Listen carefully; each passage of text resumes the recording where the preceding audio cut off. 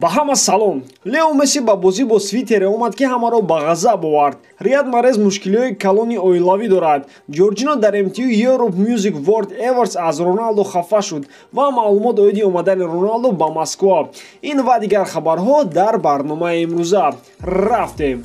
пеш аз сар кардан мехоҳам хотиррасон кунам, ки ин видео бо ёрии 1xBet мебарояд. дӯстони мо аз 1xBet коэффициентҳои баланд ва бонусҳои гуногунро пешниҳод мекунанд. даро регистратсия кун ва соҳиби бонус шав. Ссилкаи бозиро ман дар таги комментарияи ин видео мемонам.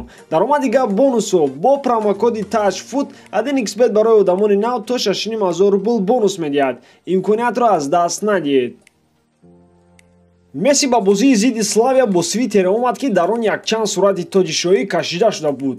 طبق معلومات نشریه اسپانی این تاج شاهی اسپانیا بود. با نظر داشتن ناراضی‌های مردم در کاتالونیا برای جدا شدن از اسپانیا، این سویتر میتوانست مخلصان بارسلونا و سیاستمداران کاتالونی را به غضب آورد. اما این لیو است و همه او را در کاتالونیا حرمت میکنند. باید گفت که این تاج در امبلمای همه دستهایی که نامشان با ریال آغاز میشود کشیده شده است. ریال مادرید، ریال بتیس، ریال سوسییداد و غیره.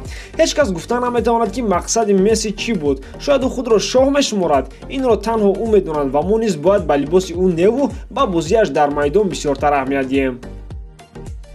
нимҳимоятгари PSG Марко Верати зодрӯзи худро бо тантанаи калон ҷашн гирифт. ҳимоятгари италиявӣ дар яке аз ресторанҳои маркази шаҳри Париж шабнишинӣ ташкил кард, ки дар он ҷо иштирок доштанд Неймар, Мбаппе, Кавани, Ди Мария, Икарди, Келлер Навас ва Серхио Рико, ҳамчунин Андре Пирло ва модел Синдри Бруна, ки дӯстдухтари пештараи ӯ буд, ва дӯстдухтари ҳозираи ӯ Ҷессика Айди низ дар зодрӯз иштирок дошт. Таоми шоҳ меҳмононро мусиқинавозон хушҳол мекарданд ва баъд аз ин онҳоро торти калон интизор буд. Ана ҳамин тавр дӯстон футболбозони машҳур зодрӯзи худро ҷашн мегиранд.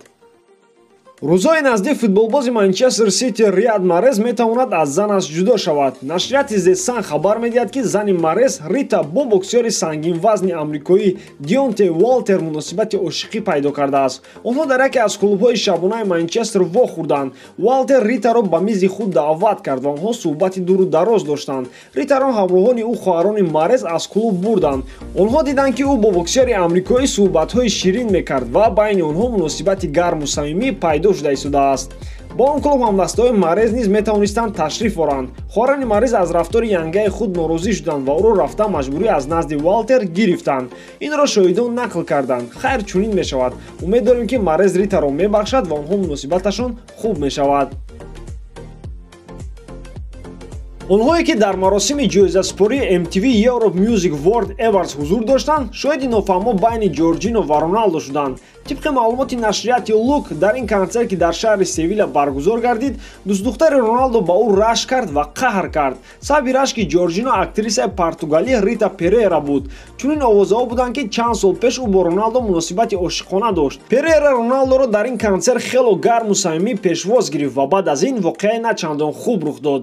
Роналдо бо Перейра чанд дақиқа суҳбати ширин доштанд ва дар охир Криштиано Ҷорҷиноро ба ёдаш овард ва духтаронро бо якдигар шинос кард. аммо актриса ба дӯстдухтари Роналдо таоман аҳамият надод ва суҳбаташро идома дод. ин ба Ҷорҷино маъқул нашуд ва ӯ чанд дақиқа аз Роналдо қаҳр кард. инро шоҳидоне ки дар ин консерт буданд тасдиқ карданд.